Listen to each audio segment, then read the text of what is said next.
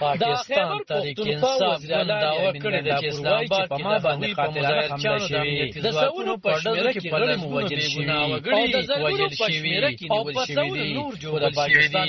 پاکستان وزیر سرچینو د تحریک انصاف دعوه درو بللې ده پروپاګاندا کې د وجنو په خبرو کې حقیقت نشته ځکه چې پولیس او د رنجر ځواکونو په انتظامی ویلي چې وسلې تحریک انصاف کارولې په اسلام آباد کې د پیمس پولیکلینیک نیولې دي چارواکو میډیا نقلوي د دوړو د یو درشم دسمبر نه کسانو مړي او د افغان وګړي جوبلو ورولل شوي چې په دغه جوبلو کې نومبر د اسلام آباد د پولیسو او رنجر عسكر او 50 مظاهرین عمران خان د خوشي کولو شپږشتم عیني بدلون بیرته غړو په اسلام آباد د مظاهرینو په ضد د ورونو د پټولو د عملیاتو یو شمېر ویډیوګانې جوړولو کړي په دغه ویډیوګانو کې د ډزو اوازونه اورېدل کېږي او مظاهرچیانو سیمو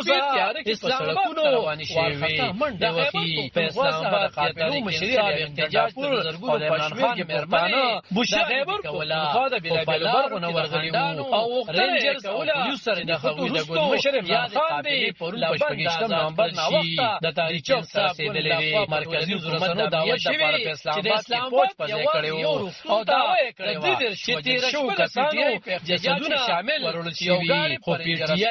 ورخه جوړ شوی د درېغسته په ویډیو کې لیدل کېږي چې هسپتال د نن مړي په کپلونو کې 3 بجې نا وخت په منځ کې خبري غونډه کوي چې موږ پرم نه احتجاج شوی یو نامعلوم قاتلانه حمله شوی پس وګورئ موجل شوی او په زرګونو نیول شوی زموږ احتجاج خو دا ویډیو نه او دا روان وي واضح نوموړي د وجنو نیول شو کوم وخت میراونه وایي خو د اطلاعات مرکزی وزیر اتاتار مطبوعات اسلام آباد کې ویلي خبريالان وایي چې د پی ټی آی د مړو په داوا کې راغلي وو د احتجاج او دغه درو خبره ده وایي او وجنی شوی دي په ټولنیزو رسنیو د وجنو پروپاګاندا کوي د مړو خدای وړاندې کړل شي دا ټولي برابر د وجنو شمیرې بل ویلي جوړولو کوشش دی پولیسو مشر آی جی ناصر رضوی دا کشمیر محمد علی رضاوا سرګنې خبري غونډه